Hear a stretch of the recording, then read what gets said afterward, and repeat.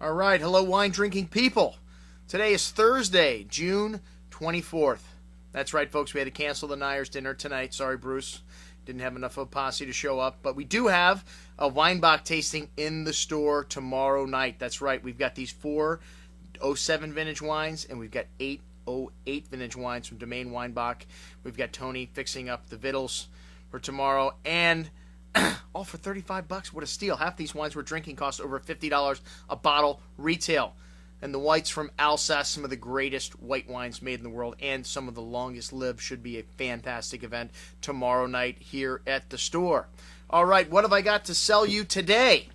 Well, today, I take a walk around the store sometimes, and I just look at some of the older vintage wines we have. We really do have a collection of some wonderful treasures, some things that are nearing their peak years of drinkability. So every once in a while, I'd like to send out a little offer on something that we have that we've cellared here in the store for you for 5-6 years or more. And today's offering features a couple of wines from one of my favorite producers from the Piedmont, Mauro Veglio.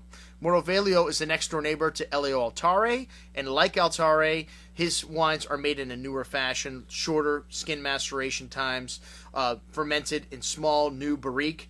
And he was accused of maybe using a little bit too much barrique in the past. He's lightened up a little bit on the new oak, and the Mauro Veglio producing some outstanding wines like his neighbor Elio Altare. However, unlike his neighbor, his wines are not near as expensive. They're less than half or a third of the cost of Elio Altare's wines. And actually, these wines are probably about half of the cost of Elio Altare's new releases, which we don't have in the store at the moment. But we do have the 99 Castelletto, the 2001 Castelletto, and the 1999 Roque on this offering, as well as the 2003 Barbera di Alba Caccino Nuovo, which he makes a couple of different Barberas. The Caccino Nuovo is aged in small new barrique. This was a very good vintage for Barbera. 2003 was a hot year. The wine's really showing nice, very soft tannins, and this is we only have 6 bottles of this, so there isn't much of the Barbera Caccino Nuovo, but drinking beautiful right now. And then the Roque 2001.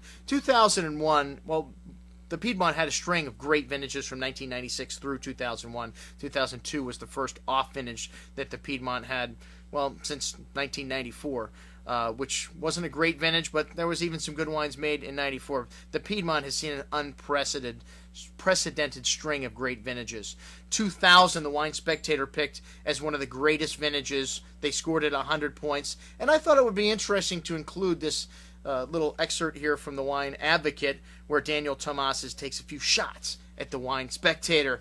And he really does criticize them for their glamorous review of 2000. And I think unjustly so, because 2000 was a very good vintage. You talk to producers just a little more forward. These 2001 vintage wines and the 99 vintage wine that we have on this offer, much more classic style vintages. Classic style vintages means wines that have better acidity, less forward fruit, wines that are meant for aging. And the 99 now 11 years old, the 2001 9 years old. Even though these wines are starting to drink nice, both of the 01s, the tannins starting to soften in them, and they show this wonderful crushed rose petal, black tar, exotic spice to them.